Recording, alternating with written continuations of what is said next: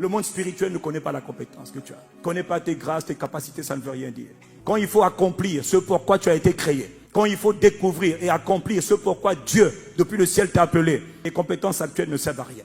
Tu as étudié, c'est bien, gloire à Dieu, c'est pas mauvais, mais le monde est spirituel. Le monde spirituel contrôle le monde des mortels. Le monde spirituel influence, maîtrise, tout se passe dans le spirituel. Le spirituel contrôle le naturel. Ça veut dire qu'il n'y a rien qui arrive dans le monde naturel sans que cela ait été ordonné, dicté par le monde spirituel. Même l'élévation d'un homme est déterminée d'abord dans le monde spirituel. La chute d'un homme se détermine dans le monde spirituel. Même un bâtiment, avant de naître sur la terre, doit d'abord naître dans le monde spirituel.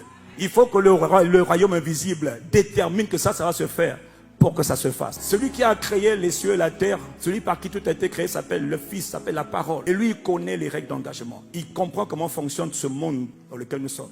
Je me rends compte à quel point ce monde est mystérieux. Ce monde est complexe. Rien n'arrive par hasard. Rien ne se fait par hasard. Tout est ordonné depuis le monde des esprits.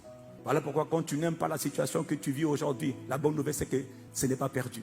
Si tu comprends comment fonctionne le monde des esprits, tu peux rentrer dans le monde des esprits, changer les choses, changer les données. Et quand tu changes dans le spirituel, les changements de naturel vont être visibles. Tout vient du royaume des esprits. Tout vient du royaume spirituel, de la sphère invisible.